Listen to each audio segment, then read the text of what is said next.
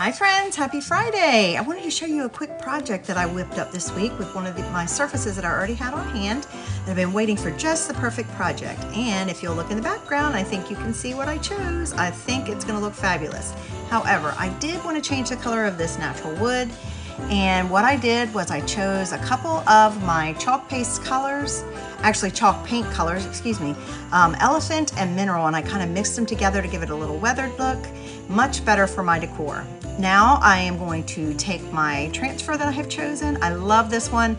Unfortunately, it did sell out last month, but I still wanted to have it in my home.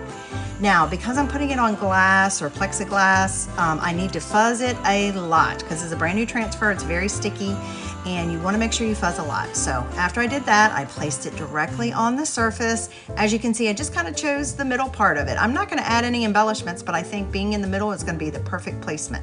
Now I needed an inspiration piece for the colors because of course I do love all colors. So this was my inspiration piece this year, and you know I love shimmer.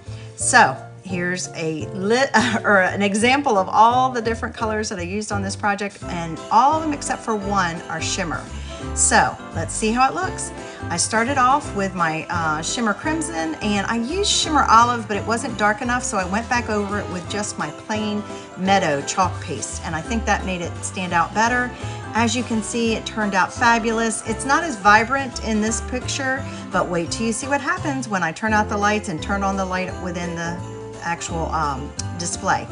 Isn't that fabulous? I know you can see all the little imperfections in the plexiglass, but I think it turned out great. Hope you like it.